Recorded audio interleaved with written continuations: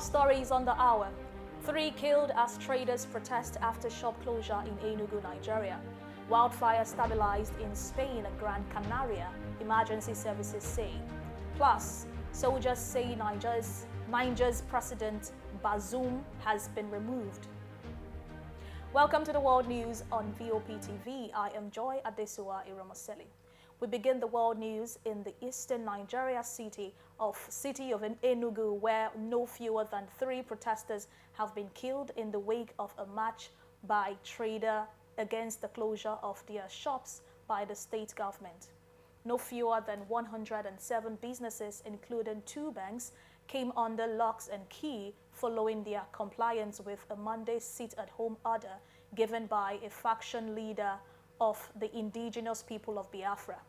The state government has warned against compliance with the order because it often led to economic loss. A statement provided by a top official said the protest was infiltrated by hoodlums, which led to the intervention by security agency.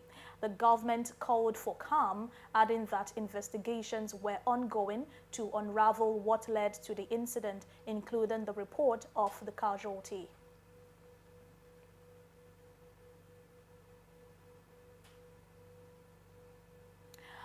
Niger President Mohamed Bazoum has been removed from power hours after the president was led in a presidential palace. In a broadcast on national TV, Colonel Amadou Abdramane, seated and flanked by 9 other officials, stated that the defense and security forces had decided to end the democratic government of Mohamed Bazoum.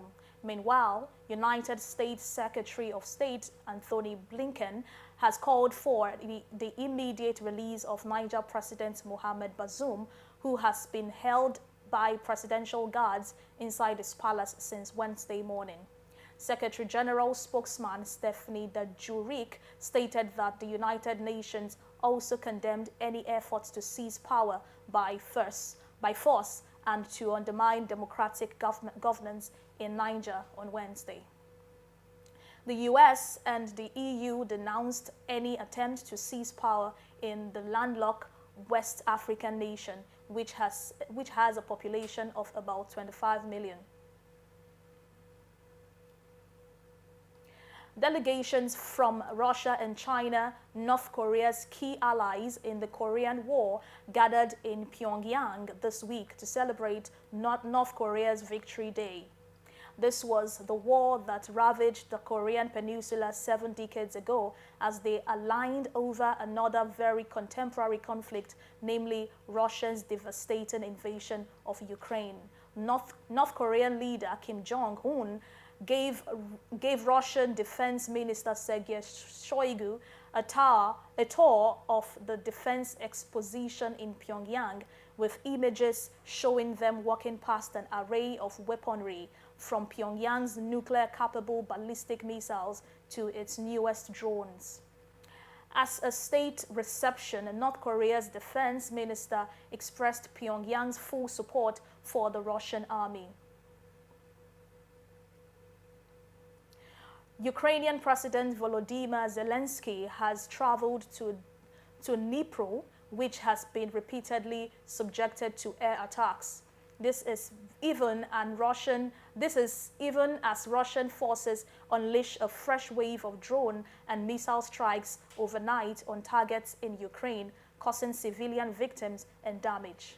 Meanwhile, Odessa Region Governor Ole Kipa stated earlier on Thursday that caliber missiles launched from a Russian submarine in the Black Sea killed a security guard and damaged a cargo terminal. Odessa, Ukraine's main Black Sea port, has been repeatedly targeted by Russian attacks since Moscow's exiting a UN-brokered grain export deal earlier this month. 2 civilians were also killed by Russian shelling over the past 24 hours in the eastern region of Donetsk and Kharkiv. Spanish authorities say firefighters on Thursday stabilized a wildfire that ravaged 400 acres of woodland in the center of the Spanish island of Gran Canaria. The government declared the wildfire stable at 0.42 a.m. local time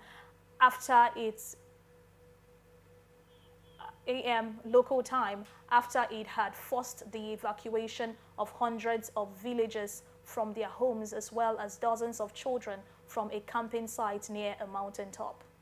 3 roads were closed off, while emergency services deployed 9 aircrafts and 250 firefighters to contain the blaze. Since Wednesday, authorities had allowed residents to return to their homes to check for possible damage and care for their pets, accompanied by security officers. Earlier in July, 4,000 people were evacuated from their homes on the island of La Palma, near Gran Canaria, as a forest fire burned out of control, while countries across Europe have struggled to cope with wildfires amidst a heat wave. Meanwhile, firefighters in Greece have battled flames burning for the 10th day on the island of Rhodes. New blaze erupted on the mainland that destroyed farms and factories overnight and led farmers rushing to evacuate their animals. The blazes across the country, which have been supercharged by strong wind and temperatures exceeding 40 Celsius, killed 2 people in central Greece on Wednesday, taking the death toll from the fires to 5. Officials ordered the evacuation of several communities in the hard-hit areas of Magnesia, a coastal area north of Athens. Indonesia rescuers on Thursday saved 8 miners who were trapped in a pit at an illegal mining area since late on Tuesday evening. The joint search and rescue team was racing against time as they brought in 6 large submersible water pump machines to suck the water out from the hole and tried to close off openings where water seeped in from the groundwater basin. The 8 workers were trapped in a 196-foot deep mining hole on Indonesia's main island, Java, after water suddenly inundated the mining area in the hours just after they entered the pit. U.S. Special Envoy for Human Rights in Afghanistan, Rina Amiri, held discussions with representatives from Albania, Bangladesh, Morocco, Saudi Arabia, the Islamic Cooperation Organization, and Tunisia during a visit to the UAE. In a tweet on Thursday, Amiri emphasized that women's rights are protected in Islam and play a crucial role in economic progress and stability. The talks resulted in a unanimous agreement on the need to address the extreme repression faced by women and girls in Afghanistan, which poses a dangerous precedent for Muslim-majority nations. Amiri urged against normalizing such policies and called for global support for women in Afghanistan. The U.S. State Department announced on Wednesday that Special Representative for Afghanistan, Thomas West, and Special Envoy for Afghan women, girls, and human rights, Rina Amiri, will undertake a visit to Astana, Kazakhstan, and Doha, Qatar, from July 26 to July 31st.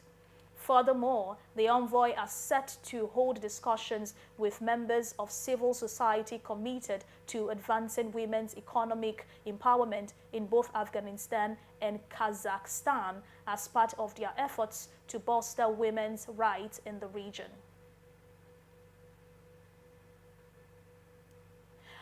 Meanwhile, U.S. Defense Secretary Lloyd Austin on Thursday announced the deployment of a U.S. Coast Guard ship to Papua New Guinea as Washington seeks to boost its military footprint in the region amidst fierce competition for influence with China. The move capitalizes on a recently signed defense pact between the two countries that offers the United States greater military access to a strategically important part of the South Pacific. Washington is keen to show that regional partners can benefit from increased U.S. security cooperation and to and to allay local fears that Papua New Guinea is being dragged into a US-China battle for influence in the region. Perched between Taiwan and US ally Australia, Papua New Guinea is the largest and most populous state in the Melanesia area that was pivotal in deciding the outcome of World War II in the Pacific. Now in sports, Nigeria rallied from a goal down to beat unlikely foes, host Australia in their second group game at the ongoing FIFA Women's World Cup. Australia's Matilda took the lead through Emily Van Egmond before Nigeria's Super Falcons equalized through Uchenna Kanu before Osinachi Ohale and Asisat Oshoale both scored to widen Nigerians' margin. In added time, Australia scored once more to end the game at 3-2. In another closely fought battle and rematch of the 2019 World Cup final, the United States women's national team and the Netherlands, two of the world top teams, came to a 1-1 draw on Thursday at the 2023 Women's World Cup. Chants of USA, USA reverberating around the Wellington Regional Stadium as the team faced the Netherlands in their second match of the tournament soon dissipated after the Dutch took an early lead. Midfielder Jill Roord put the Netherlands on the board in the 17th minute, finding the back of the net past US WNT goalkeeper Alisa Neher. It was the first time the US WNT trailed in a Women's World Cup match since 2011 in the quarterfinals against Brazil. Prior to Thursday, the US had gone 17 straight matches without trailing the long streak by any team in the tournament's history.